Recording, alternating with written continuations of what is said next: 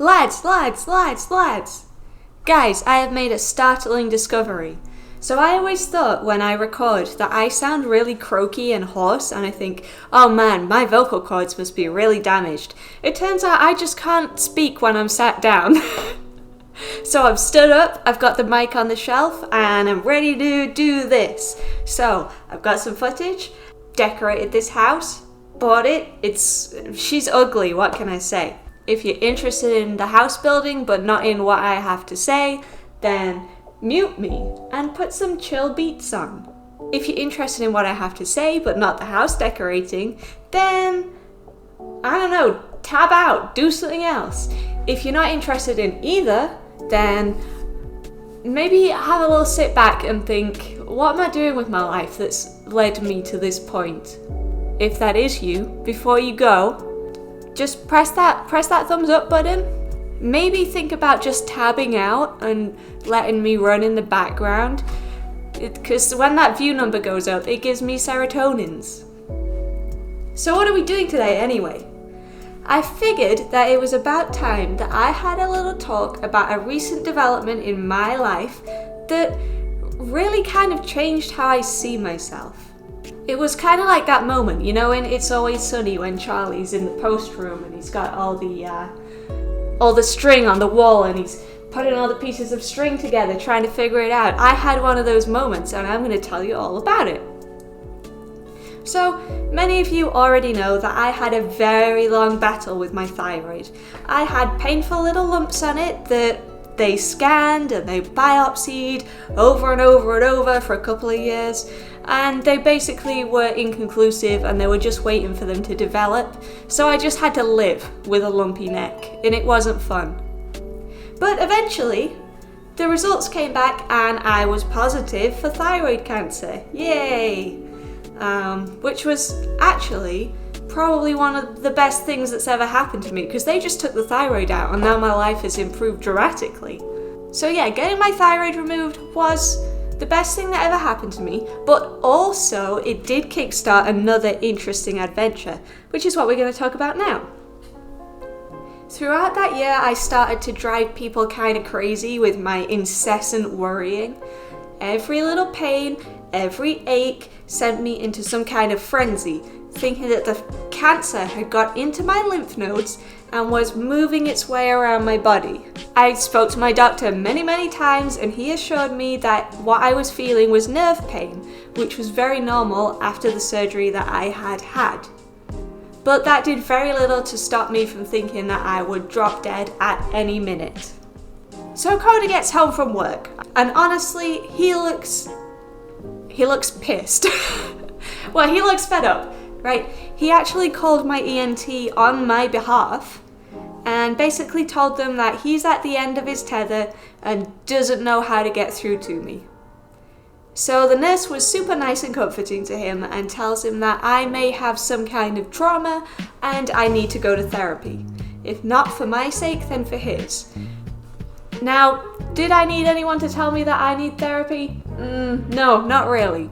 But this is what made me actually go. So we did talk about it for a bit and decided that I should probably see a psychiatrist to find out what kind of therapy would work best for me. So that was that. Off for my first psychiatrist visit appointment thingy. I was nervous as heck, but I knew I had to suck it up and just do it. So my psychiatrist, he looked exactly how you would expect him to look.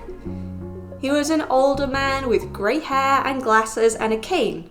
He was nice, but he was quite blunt. I told him about my thyroid drama, which he obviously thought was silly because my thyroid was completely removed and the chances of cancer moving around were almost nothing. I did acknowledge that, and I said that no matter how much reassurance I get, these irrational thoughts kept happening, they kept coming back. Deep down, I know that I'm fine, but the thoughts would just come and they wouldn't shut up until they've convinced me that I am literally dying. I could sit in that chair and say, I know I'm fine, but I can lie awake at 2 a.m. googling every slight lump or pain to see how close to death I am. So he gives me this all-knowing look and then asks me the million-dollar question. If the thyroid cancer hadn't happened, do you think you'd be worried about something else? Well, absolutely! Before this, I thought that my root canal was infected, and the infection was moving up into my brain, and I was going to have a stroke, and I can't stop thinking about it. So he's like, so, is it just medical things? Well, no, actually. A few years ago, I was convinced that debt collectors back in England were looking for me, and I owed them thousands of dollars of interest. And they were trying to find me, and eventually they would find me. And he says, was that based on reality? No, it wasn't. There were no debt collectors, I did not owe money, everything was fine. I was feeling a little silly at this point. There weren't people looking for me back in England, they weren't going to arrest me the minute I went home, my family wasn't going to disown me, and I wasn't going to end up homeless. But for a very long time, I was convinced that my life was on the verge of falling apart. So he tells me that this is called catastrophizing. My brain is automatically jumping to the worst case scenario, even when it's not logical. This was completely stopping me from addressing any problems, making any phone calls, checking my emails, etc., because then all my worries would come true and my life will be over. Then comes the question that I didn't see coming from a mile off. Do you know what OCD is? Well, duh, everyone knows what OCD is. It's the cleaning and organizing thing. This is when he threw some questions at me that I almost feel were a trap. He asked me, do you feel like your home is overly clean compared to other people's? Do you have any rituals that you do every morning or night? You see that picture on my wall? If it was wonky, would that bother you? Those were the kinds of questions he was asking, to which my answers were, no, not really, I don't think so. And he's scribbling away in his notebook with that wisdomous look that doctors get. Meanwhile, I'm ready to move on to the next idea. So he looks up, makes eye contact with me, and says, I thought you'd say that, but you still have OCD. It's just a different kind of OCD. The questions that I asked you are just what people think OCD is. And he did talk for a little while after that, but it was kind of a blur. He recommends me some books to read and to see him again in a month. But at that moment, I was still trying to process what he just told me. Why in God's name does this man think that I have OCD? So I'm kind of in a trance as I walk to my car. Sit down, just kind of stare out the window, trying to make sense of everything. Did I just get misdiagnosed? Surely that can't be right. I drive home, go upstairs, sit down, and do what any sane, logical person would do. I type OCD into TikTok. Look, give me a break. I was in the headspace to have information thrown at me in the form of short videos. I did spend the next few days researching online, listening to other people's experiences, and reading the science behind OCD. I did buy the book that he recommended called Brain Lock, and I read that. And guess what, guys? Turns out that I was wrong. I do have OCD. So what is OCD anyway? Well, the basics are very simple. It's made up of obsessions and compulsions. These can present themselves in many ways. There are some main categories, but really these obsessions can be about anything. They are reoccurring fears that interfere with your day-to-day life. Neuroimaging studies show a very clear difference in brain activity between an OCD brain and a neurotypical brain. The frontal areas of the brain are working in overtime, and the signals are being sent all wrong. So the part of your brain that is responsible for reasoning and decision making is sending out the wrong messages. You end up getting stuck in a loop, repeating behaviors that are supposed to be making you feel better, but they're not. This is why someone with contamination OCD will wash their hands over and over, because they are stuck with a fear that can't be satisfied. Because of this, it's now considered by many to be a neurobiological disorder rather than a mental disorder. So what I just told you is very simplified, but the science behind OCD is actually really interesting, so I would definitely recommend checking it out. It's actually still not completely understood, and there's new studies coming out all the time with brand new information. Okay, let me give you an example.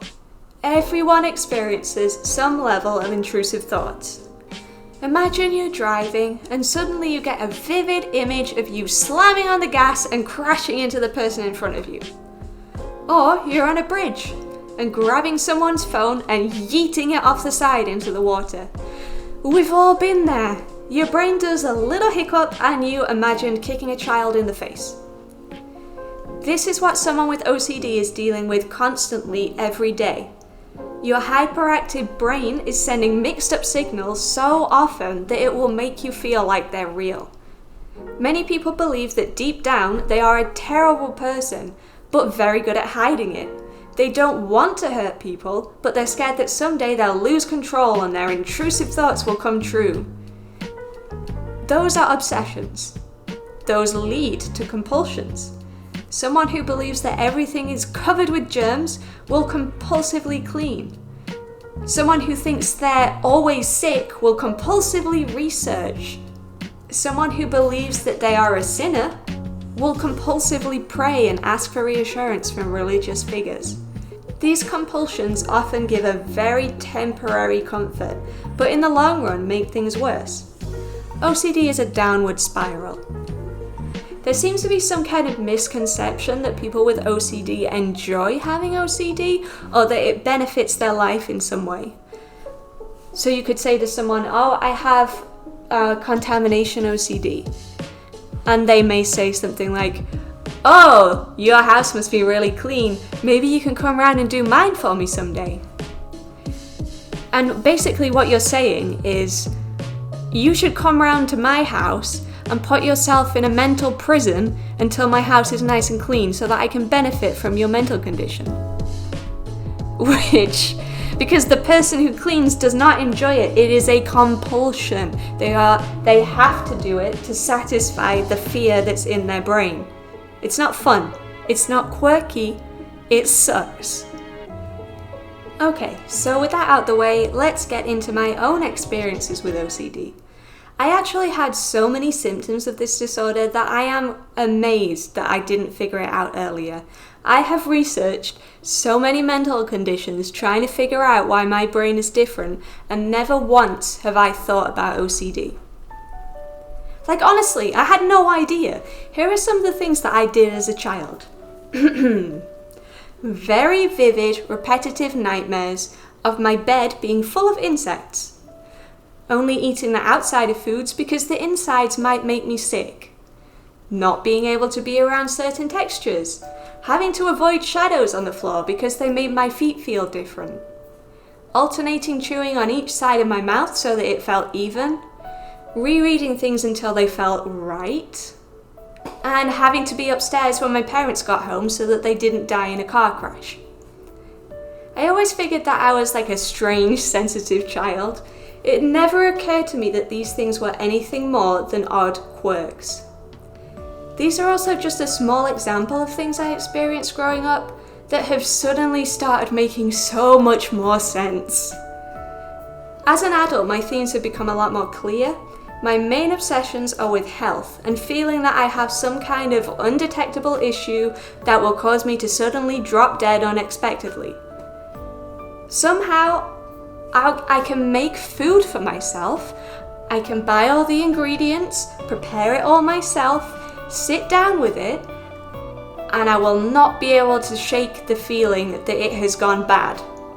There have been many times that I just haven't eaten because food is so disgusting to me, and I'm absolutely sure that it has gone bad and is going to make me sick. I actually have a lot more themes, but they get a bit more dark and personal from this point. Intrusive thoughts are often the worst things that you can imagine, and admitting to them is very difficult. They're not like spontaneously dyeing your hair or eating a Tide Pod. They're very dark and scary. You have to remind yourself that they're not real, they're just your brain malfunctioning. The thoughts have nothing to do with you. OBS decided it didn't actually want to record the office part of the video, and honestly, I have made peace with that. There was one picture that I really liked, so I put that up on the wall and basically decorated around it. I do think it came out pretty neat. Maybe you'll actually get to see it later on. I am wondering what kind of person would live in this house. It could never be me. Don't get me wrong, I like colour, but I could never commit to something like this. I'm far too flaky. If I'm feeling a change, I can just buy new throw cushions and voila! If you're brave enough to decorate like this, then you're kinda stuck with it. I'm no sad beige baby myself, but this is not for me. It is the most fun way to play House Flipper though. Maybe if I ran a fun B&B, then I would totally go wild and do something like this. It just would never happen in my own home. It never would happen though because I'm a millennial and I spent my house down payment on a brown sugar oat milk espresso blend. Anyway, what were we talking about? Oh yeah, OCD. So what happens next? I got diagnosed. What has changed? Well, nothing. I woke up exactly the same as I have done for the last 30 years. I just have a new label sewn in. I feel like it would be easy to start using it as an excuse from this point, but that wouldn't exactly be productive. The circumstances are what they are. Now I can learn how to deal with my own specific brand of peculiar. What it boils down to is rewiring your brain. The treatment for OCD is to refocus your thoughts. One of the main treatments is exposure and response prevention. This is where you work with a therapist to expose yourself to triggers in a safe environment. You have to give yourself time to let your anxiety reduce instead of forcing yourself to complete rituals and compulsions. It's about taking back control of your own thoughts. This might sound simple, but it's a long process of deliberately putting yourself into an uncomfortable place. It's microdosing poison to make yourself immune. Because OCD affects so many aspects of your life, you can't really expect to just be able to get better. You don't have to be perfect. I feel like you need to prioritize what you need to change, what you're ready to change, and what doesn't really matter. For me specifically, I have a bad problem with skin picking. I asked myself what triggers the picking and started there. The worst time is just before bed after I brush my teeth. So now I brush my teeth in the dark. Well, not exactly. I have a little goose lamp that gives me just enough light to be able to see what I'm doing, but not enough to focus in on imperfections in the mirror. At first, I felt really silly and kind of pathetic for doing this, but honestly, it's been working. I'm squashing a habit that I hate from my daily routine, and that is so much better than doing nothing. Once I get to grips with this, I can maybe look at something else to work on. On the other hand, I have an irrational phobia of buttons. You know, the fastenings. Ever since I was a child, I've refused to wear clothes with them on. It's not something I've ever been able to get over or even explain. And you know what? It's fine. I'm cool with it. It's been my whole life. There's plenty of options for clothes without them, so who cares? I don't feel bad about it. I'm not hurting myself or anyone else with this. Is it a symptom of my OCD? Probably. Do I need to fix it? Nah. So ask yourself what's important. What tasks you can handle? If something is too big for you to handle right now, then you have to forgive yourself. Don't push yourself too hard, and don't berate yourself for slipping up. I think that's kind of a life lesson for anyone, OCD or not.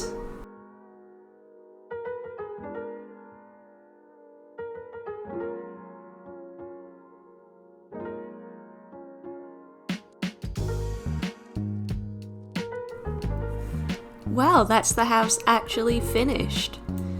It did take a very long time The timer said it took me 33 hours, which I do not believe. I think I must have, left it on all night, or... I don't know, it did take a long time though, just not that long. I think it came out really cool. It was a lot of fun. I like decorating like this with all the different colours. I think it's the most fun way to play. So my absolute dream in life is to have a house. And the thing that I want to do most with the house is take all of the cabinets apart, paint them, and pick out new handles for them and put them back on. And that's how I will know that I have made it in life. I don't think I'd go for this colour scheme exactly, but, maybe not pink and blue, but it is a lot. This house is loud. I don't know what kind of person would live here, maybe like an eccentric artist or something. I think it's cool though. It's not my personal taste, but it was fun to do. In here is the bathroom. I don't know exactly how I feel about the bathroom. It's cute in a way, but it kind of reminds me of a cheeseburger. The yellow is nice. I think I would skip the orange next time. And then in the door next to it, just don't ask what's in there. There's actually nothing. It's an empty closet. Don't worry about it. In here we have the office, which you guys did not get to see me build because of OBS, but I really love how this turned out. The pop art on the wall, I actually put that in first because I just wanted to design the room around it. I just picked out the colours, the yellow and the blue and the pink, and I think it came out really cool. Let's pretend that I didn't leave a stripe of white on the wall. Okay, if you follow me in here, then we have the bedroom, which is a little more toned down than the rest of the house, but it's still a little on the nose with the theme, but I think it came out cool. I love that green. I would love to have green like that in my home. Yeah, I think that looked pretty neat. Downstairs, I didn't decorate this bit really at all, but the downstairs is like a little art studio place, and I think it looks so comfy. I would love a space like this to just, sit on the couch, drink some whiskey, do some painting. I don't even like whiskey, but I would drink it if I had a basement like this. Okay, we'll go back upstairs into the garden. The garden actually took probably more time than the whole house. I didn't show it because me just planting plant after plant after plant is probably not riveting content, but I had a good time, okay? I wanted to get 5 stars on the English garden theme, so there's a few things in there that are a little bit much, like the big fountains, but I wanted the 5 stars. I wanted the 5 stars, okay? I think this would be a really nice place to just chill in the sun. It's probably a bit weird that this is just someone's back garden on just a random residential street, but, each to their own. Can you imagine having some cocktails out there? Yeah, I see it.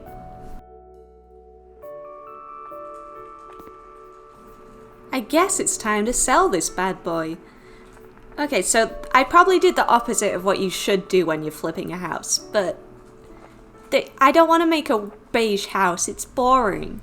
There we go, 5 stars on the garden contest. I suggest always doing the garden contest, even if you didn't do anything, because it can increase the value of your house by quite a lot. Look at that, plus 50%. Can't complain. It does say I was doing this for 33 hours, but I don't think that that's true. Okay, so these guys, the only thing that I don't like about this is that you're supposed to cater towards specific people so that they will want to buy the house, but I didn't want to do that. Like these 2 old guys, the Jan Tarts, I don't care if they like the house or not. I don't care if there's too many rooms. I made it the way that I want to make it. But they bought it anyway, so thanks Jan Tart family. Okay, this is the best bit. The before and after. Okay, I get that this house is a little bizarre, but I do think that it's an improvement. I know that's not saying a lot, but yeah, I think it came out really cool. and I hope the Jan Tart family are very happy. And with that being said, thank you for watching. I know that this was a bit of a weird video, a bit of a mashup of themes, personal things, and house flipping. I just kind of make videos on whatever I feel like making, so if you don't like it, then that's fine. Maybe this isn't the place for you. Maybe just keep your opinions to yourself, because I'm very sensitive and fragile. So praise and good comments only. If there's anything else you want to see, then let me know. If you want to see more house flipping, then let me know, because I love this. I just made this mid-century modern house and it is so cool. So if you want to see that, then let me know, because nobody else wants to see it, and I basically just made it for myself, for fun. It's all good. Okay, and with that, thank you, guys. I love you. I hope that 2023 is treating you well so far. It's gonna be a good year for all of us. I just know it deep down. Okay. I guess that's it. Thank you. Bye-bye.